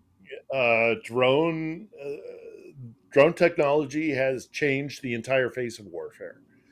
And if you can find an armored vehicle and you're a drone operator, you can attack it. And so it's even more significant than anti-tank technology, like a Javelin.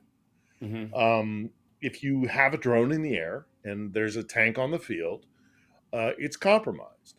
So tanks are not, there's been a lot of talk about like, have tanks become obsolete when it comes to warfare? No, they haven't, because they can be a mobile artillery piece. You can put a tank somewhere but the problem, and they can, do some damage when it comes up against infantry or other like mounted infantry. But a tank is compromised because of drone technology. So that's why there's the cages that they are building around tanks, so that a drone will explode against that before it can actually hit the armored vehicle. Right. But it is still the case that they're useful on the battlefield, but in a way that is completely different than their conventional use in kind of a blitzkrieg, World War II tank battle, Kursk, kind of like, also attack. So there's these. There's also been a shift in drone warfare in that everybody's using these kind of like RF frequency busters to take them down or redirect them, and so they started using these optical line versions, which are literally, they fly on a fiber optic cable. They have this little like leash behind them that sends all the information that they would need. I think in the near future, what you'll also see is a target drone, one that will fly around and look, and then other ones that will get their orders from it and seal the orders and then fly to where they're going. That's going to be increasingly part of it as well. That's the new technology that will be born out of this, because but additionally, they're also building technology where there's AI involved and the drones talk to one another. Right. So like one drone will talk to another drone, and the first drone will hit a target to destroy their defenses, and then the second drone, been in communication with the first drone through AI, will follow up with a secondary strike. Right. Yeah. And nature of war is changing. Totally. And the Ukrainians are on the cutting edge of it. You're going to see, as we've talked about, they will be sort of defining national security for Europe in the future. Once this is over, the Ukrainians will be the true and tested source for developing, drone and AI protection for your borders, for your Like that's where the Georgias and the Chechnyas of the future will turn if they're concerned. It will be their own kind of, think of it as digital NATO, that you set this thing in like Gort from the day the Earth stood still, and it has its own Article 5, right? And you will see. Yeah, I think, and not just small, not just regional conflicts like a Georgia or a Chechnya. This is going to be major powers will use this.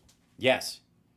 And I think they'll be the source to go to because they'll have a lot of on the ground experience. They'll be the place to go for training. They'll be, they're at the forefront of developing it. They're working with these other countries, which will make them, a necessary security pact amongst them so that you can keep your secrets about how the stuff runs, how it operates. One of our chatters went by like, I'm 100% sure that AI drones will never malfunction. And I got, that, believe me, that's a concern for everyone. My concern are LARs, actually, which are, the part I think everybody fears in this, which is lethal autonomous robot sentries, that you get border areas and border regions or demilitarized zones that are patrolled by Lars robots. Especially if they talk at all like Lars Ulrich, where they're always eating and always complaining. So James and I, we're just snacking. Anyways, so let's grab another question before, we got enough. I got a couple minutes, Johnny, if we have a short one. Johnny, do you hear me? Johnny, can you hear me? Oh, I'm sorry. Yeah. Yes. This is from Big Hook. Big Hook, can you ask Phil if Ukraine is now using the fiber optic drones? Yeah. Have been for a while. They're not as Russia, because of its industrial advantage over Ukraine, they can produce more of them. But the Ukrainians absolutely are using fiber optic drones. In new and innovative ways, but they just don't have the capacity to build as many as the Russians do. So the Russians have a slight advantage when it comes to that technology. Yeah, but they also have a need for it because the Ukrainians have got into the game of seizing control of Russian drones and either crashing them, redirecting them, in some cases sending them back where they came from. We remember those early on. Fiber optic, the cables have to be like super long. Yeah, well, the idea is they do. You're talking about it like a fishing line, but it's like it can go about like 2 football fields. And what you would do is you have this thing fly over across and it just explodes, and then you reel the line back in essentially over that. And it's so small it can kind of or just let it lie. It's true. You just cut it. The explosive is just doesn't matter. I suppose you could follow it back to camp if anybody wanted to. There's an episode of On the Edge when I spoke with Kaylin Robertson. When he was out there in the front and he had just come back, and he walked through a field and he said it was like a spider web of just fiber optics all over the place. It was, and because once the explosive is done, the fiber optic just lies there, and it's kind of like as I say, spider web. So it's hard to see. So let's take a break. We'll come back with more of the questions after this, and I'll play that quote from Lindsey Graham and Blumenthal in Kyiv this week. Also, our dear friend Boston Brian is there. He's arriving sometime soon, so hopefully we'll get to talk to him. Gone. Okay, he came and went already? Gone. Okay, good. Yep. For his own safety, I'm glad. All right, we'll be back right after this.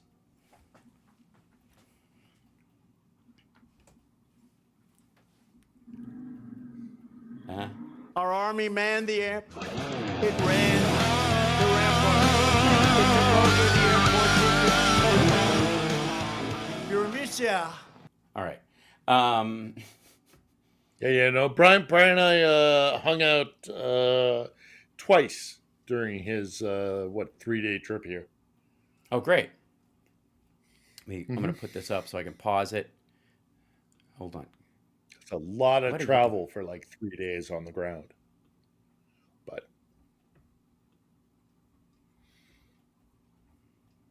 where are you?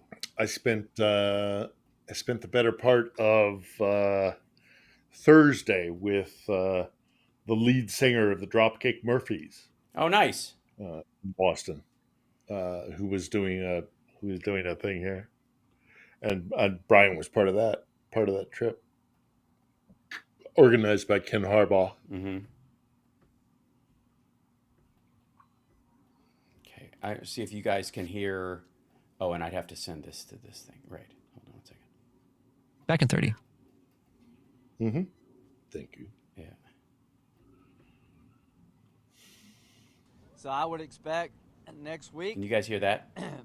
That the Senate will start moving. Okay, cool. It's a little quiet, it seems. I've got my. This is weird, but I love it. It's tarragon flavored lemonade. I can see that. I'm a big fan of. It's very Verner's. I like Annecy. Yeah. I like kind of Annecy. I'm starting to understand why I don't have as much time to talk during my segments, because Devin's bumpers are 3 minutes long. You want a quick promo, Hal? You got a quick promo, Hal. Welcome back to the Hal Sparks Radio program, Megaworldwide, Chicago's Press Talk, WCPT. Woo! Yeah! See, that's dedication. All right. To me, Corona means Italy. All right.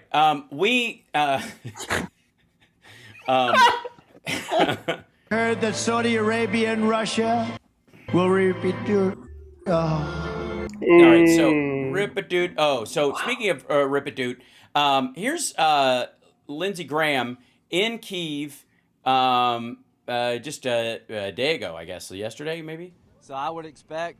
Yeah, I think they've already left. So that the Senate will start moving the sanctions bill. There are House members that are ready to move in the House, and you'll see congressional action. President Trump said that this next 2-week period will be outcome determinative. I see nothing about the meeting in Monday in Istanbul to give me any hope at all that Russia is interested in peace. So when this 2-week period is over, I think it'll be pretty clear to everybody Russia is playing a game at the expense of the world, not just the United States. We're going to change that game for Russia. The game that Putin's been playing is about to change. He's going to be hit and hit hard by the United States when it comes to sanctions. China, the game you're playing with Russia is about to change. If you keep buying cheap Russian oil to fuel Putin's war machine, there will be a 500% tariff on all of your products coming into the United States. Yeah, so that is, again, a situation where the Congress, in this particular instance, the Senate, which can act and produce these things, absolutely has the power and the ability to levy those sanctions, and which is pretty incredible, I got to say. Like, that's a big one. Mm-hmm. It would be helpful. Yeah. Yep. Again, I don't want to be dismissive about sanctions. And I don't want to be dismissive about, believe it or not, Lindsey Graham coming here with Blumenthal and saying that we're going to hit him in the pocketbook, which is a big deal. So I don't want to be dismissive about it. And I'm not. I just, we also... the problem with the executive branch is that Trump will not sell or send weapons, and we need weapons. But look, I was just hanging out with some Ukrainian friends of mine, and they're skeptical about the West's support and dedication to actually helping Ukraine, aside from just words. So, okay, let's do it. Let's do those sanctions. Let's make sure that there's a consequence for India and China if they continue to provide, money monetary help to Russia so that they can continue their war machine. Yeah, all for it, 100% for it. But, it would be good if we also were sending Patriots and air defense systems, right? Tangible items that we need. Last weekend for 3 days, every night, we had weapons coming in, and there was little we could do to defend ourselves. And that sucks. Really, yeah, it really, really sucks. And so great, let's do the sanctions, and the sanctions will have an effect progressively. But right now, today, we could be sending ammunition.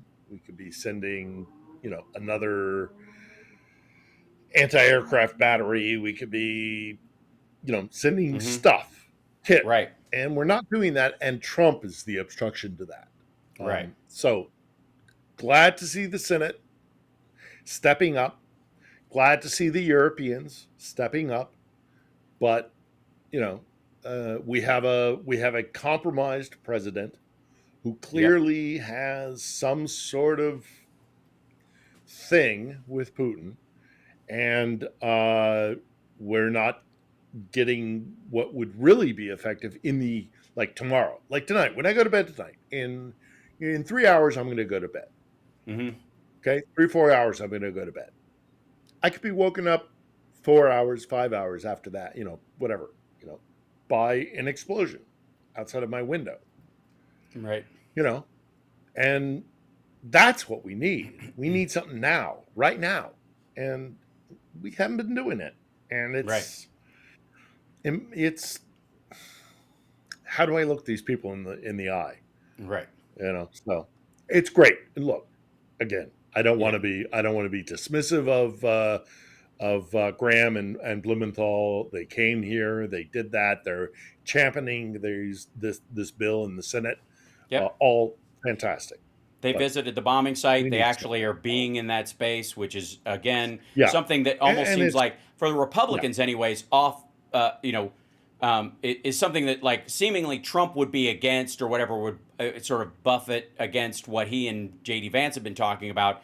But going there and no, I've stood there. I'm not gonna be like J.D. Vance, this couch quarterback, no pun intended, where he's casting aspersions on the Ukrainians and he doesn't have any idea what's going on there. They've been there, their feet are on the ground, they're looking at the damage, they're paying attention to the actual situation, and so what they say should be taken to have more meaning and depth than whoever else is chatting in his ear, especially somebody like Hegseth, who spends his days doing push-ups and having chow with the troops, and cosplaying G.I. Joe instead of actually being a SecDef.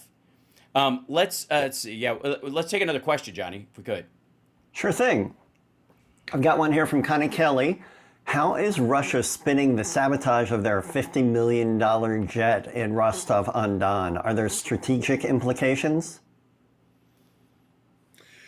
I mean, strategic implications, they don't just have the one. So, no. How is Russia spinning it? With bluster and with,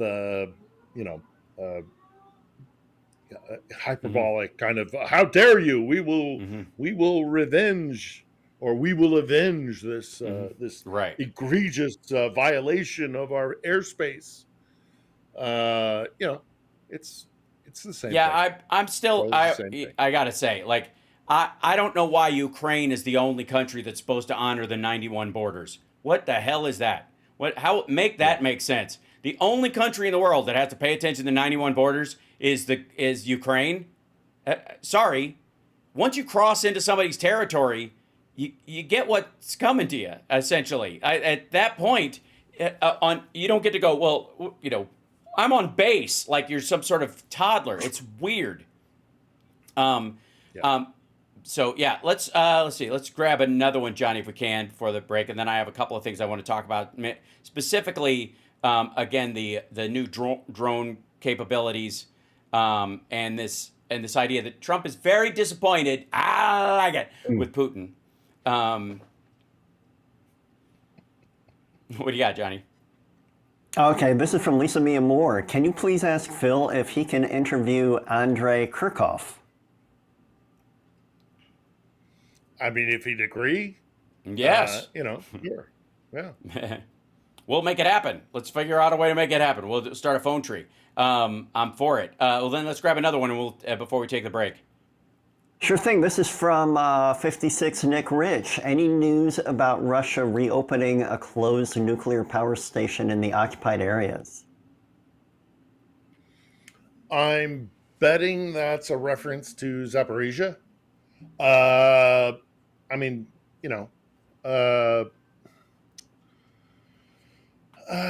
probably not.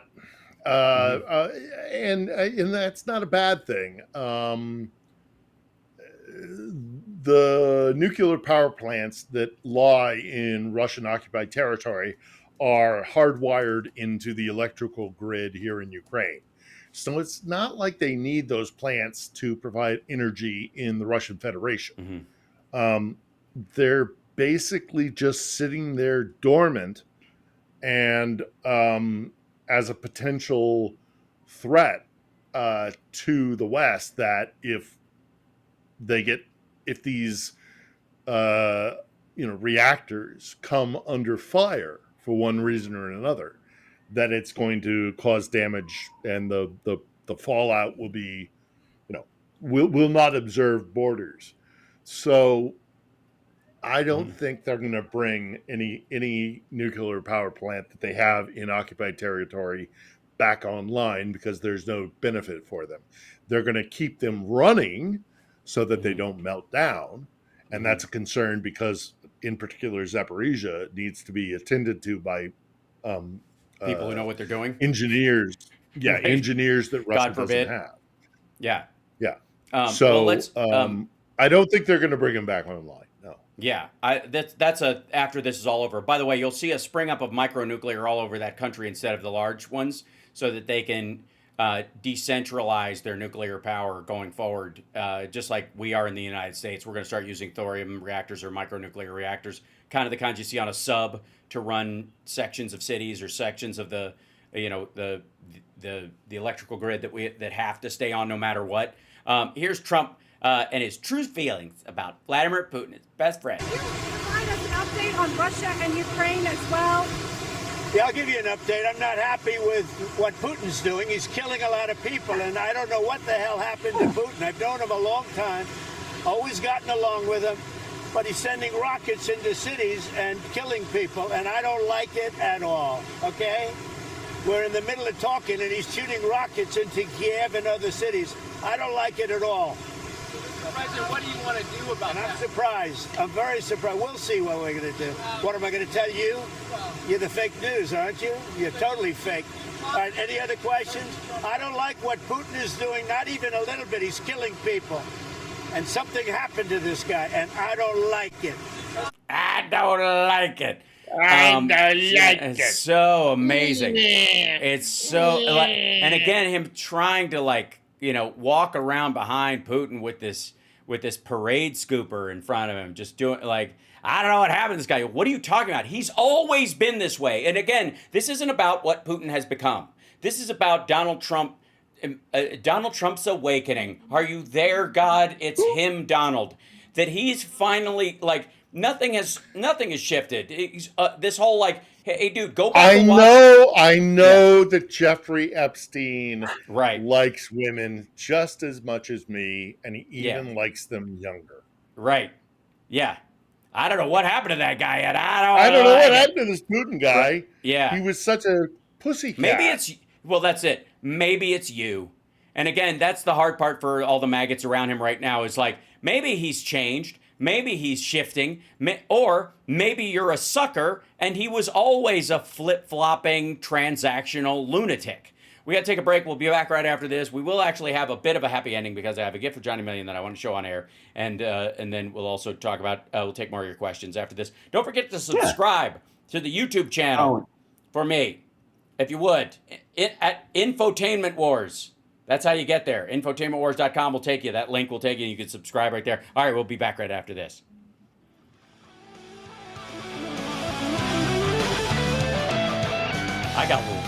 I got a lot of sun yesterday. Very caramely, and my cheeks are very shiny from all the sun I got. So yeah, I've got the gift right here. I'm not going to show it yet. It's for Johnny Million. It's the perfect Johnny Million gift. No, I'm not going to do it.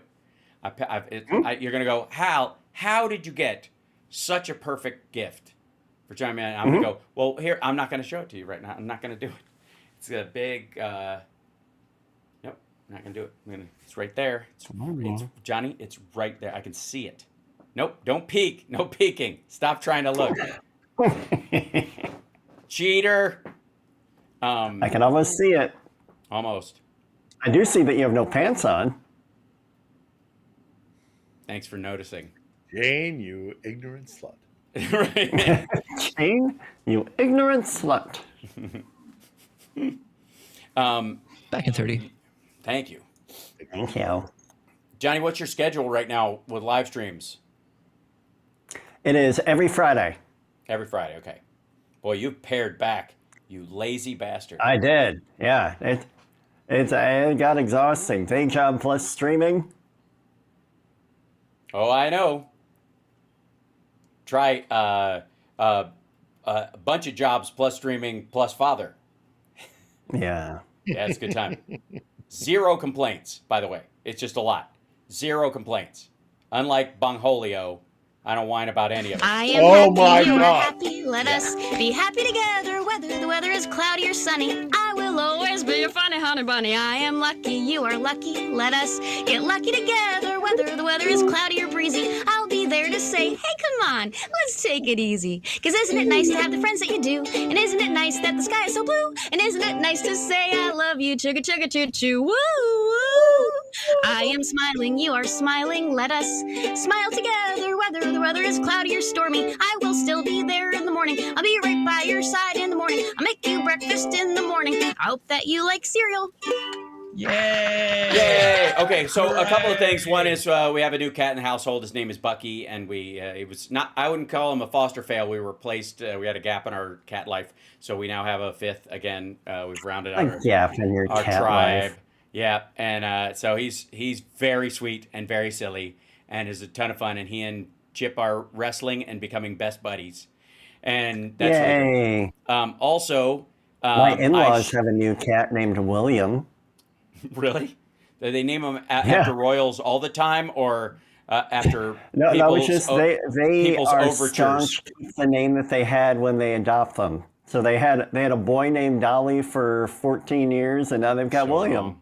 So wrong. That's that's what He's a woke good DEI. boy. That's what happens when you get your cat from a woke DEI no-kill shelter. It's just Boy terrible. named Sue. The Yeah, man that's in right. black. That's right. Come on now.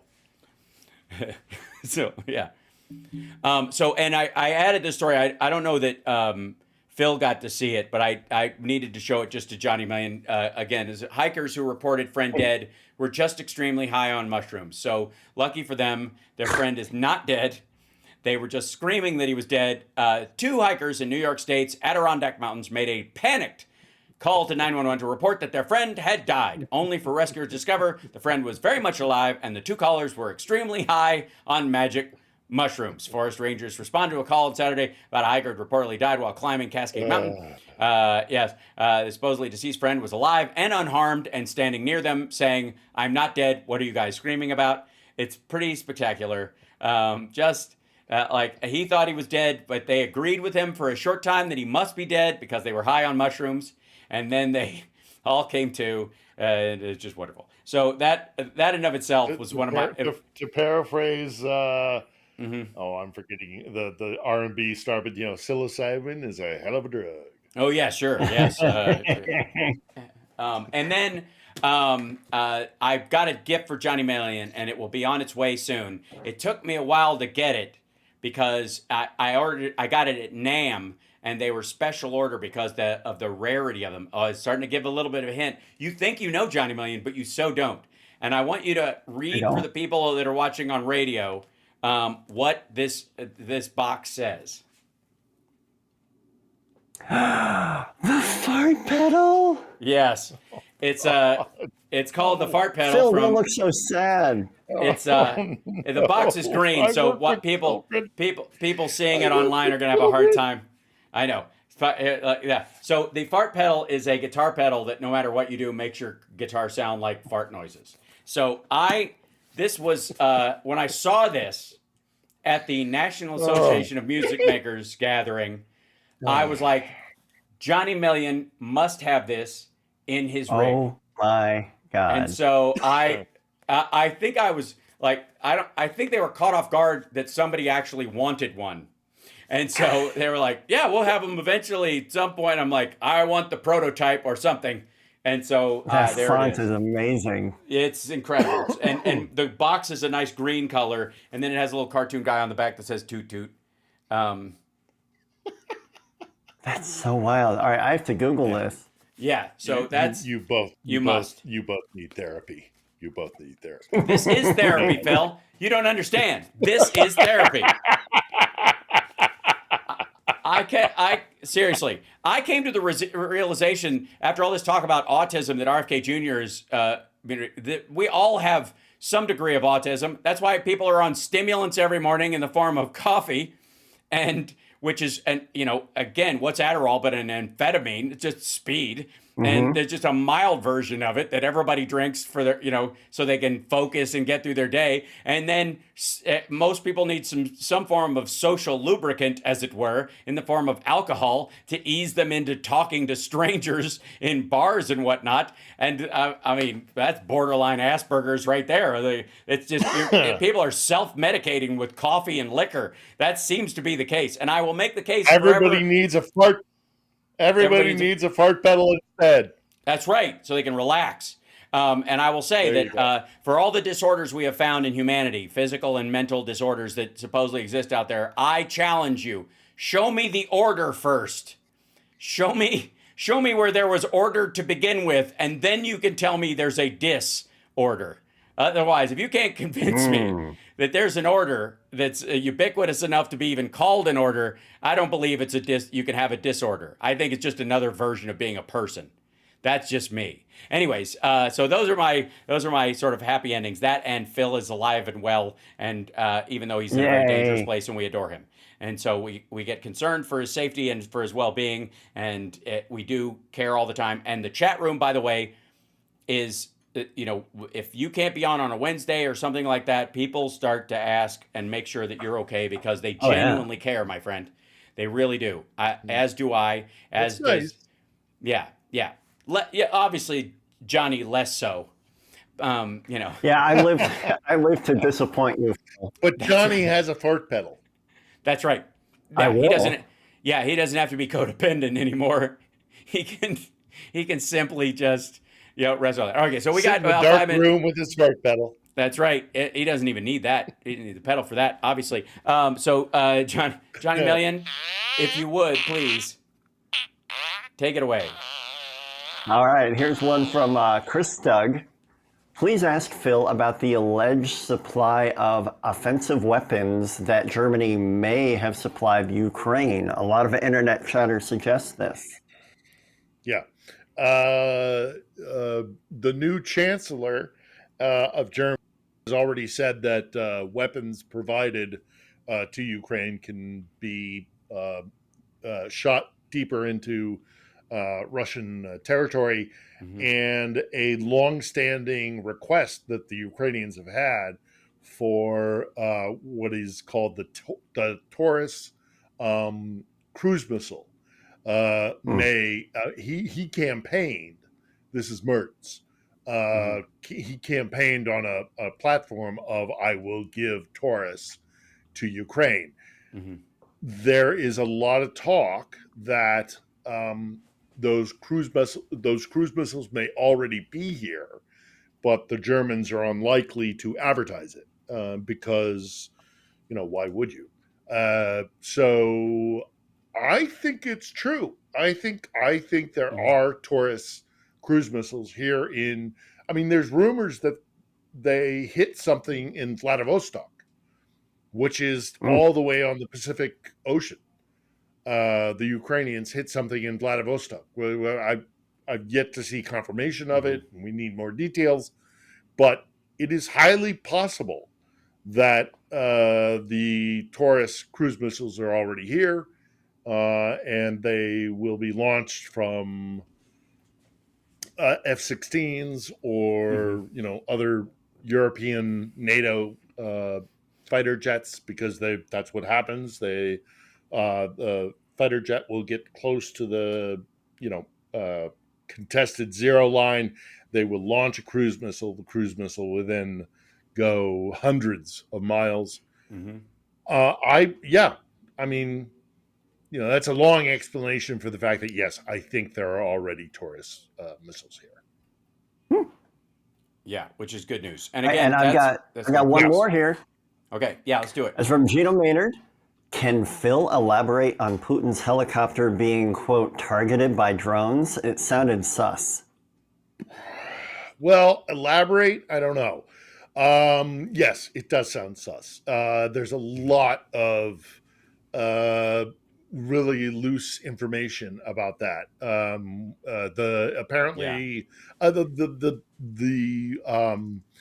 The kind of accepted narrative is that it came under a mass, kind of like a drone swarm attack, but we don't know for sure.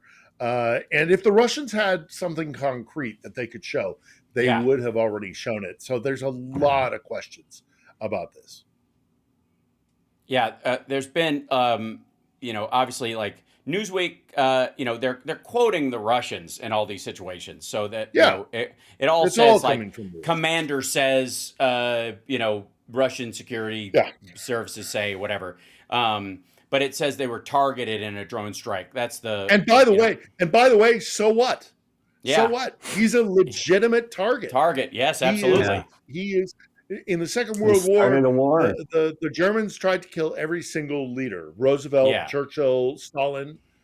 We shot down. What was it? The general in charge, or the admiral in charge of the attack at Pearl Harbor. They're legitimate targets. Putin is a legitimate target. So okay, so what if they targeted him? They should. He's the cause of uncounted suffering. Yeah, exactly. He is who sent the rape squads into Bucha.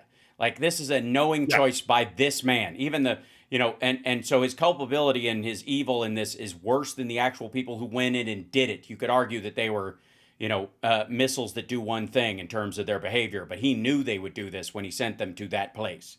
So anyways, everybody check out On the Edge. Phil's show on Sundays, new episode tomorrow. Real good and episode then this week. Johnny Million's live streams on Friday.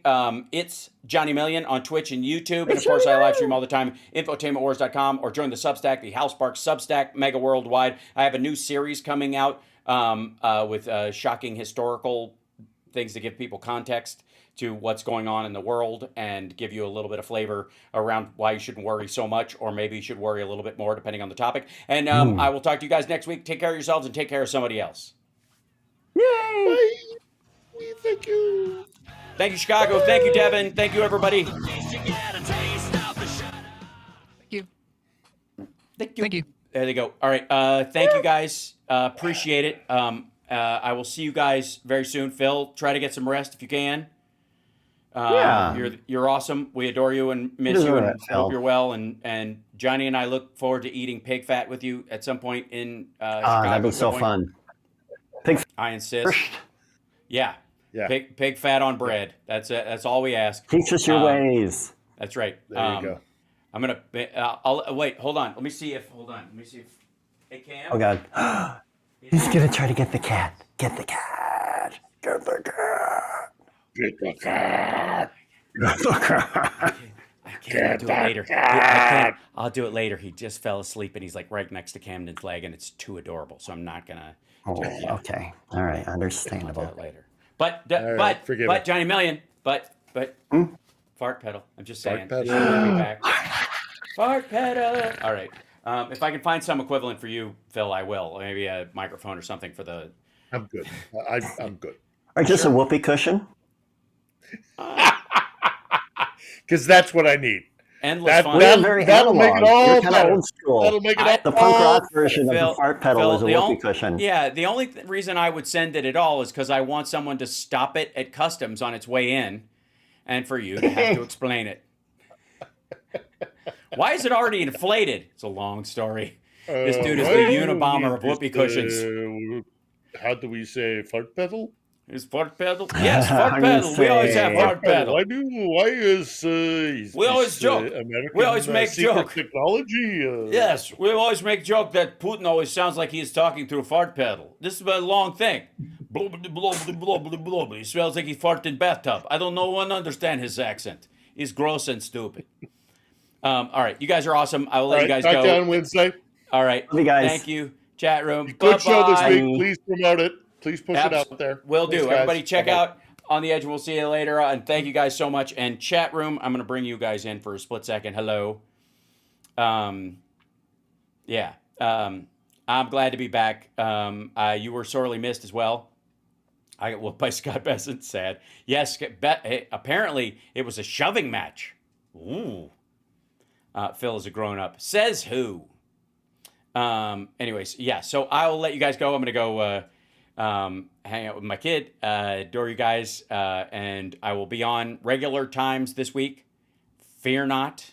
All's well. Tonight, by the way, sadly, is Summer's last show at the Virgin. They may be moving to another casino thing or whatever, switching over, which happens. This is the end of this run, so we're going to go to that tonight. Cam's not, obviously, because it's not that kind of show. So, but she and I are going to that tonight. And 14th, here in Vegas, Nerd Halen at the Station Casino. On the 12th, I'm doing that Queer as Folk event. I posted a little thing about it on my Blue Sky. I will program a bunch of them this week so that they will, populate my feed with links at some point.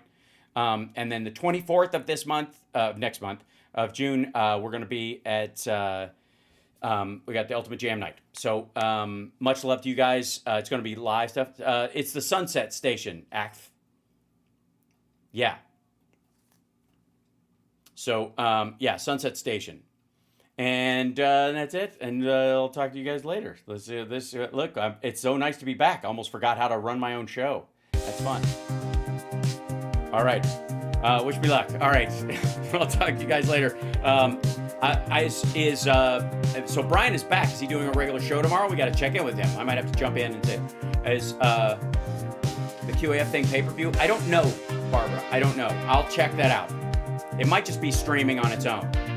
I don't know that it would cost anything. They're not paying us, so I don't know why they would charge other people, right? So yeah. And then of course, I gotta look this up. I gotta see,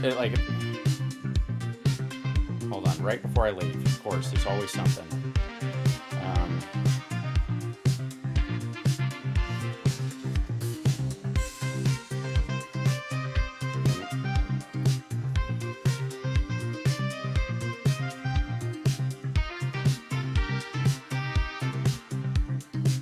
Oh, it's a Saturday. That's right, June 14th. It's too bad it can't. It would be it's such a shame Trump's birthday isn't on a Taco Tuesday. Although I will say, if he makes it his whole run, his last birthday will be on a Tuesday, right? As president, it'll be a taco day. All right, we'll work. Love you guys. See you later.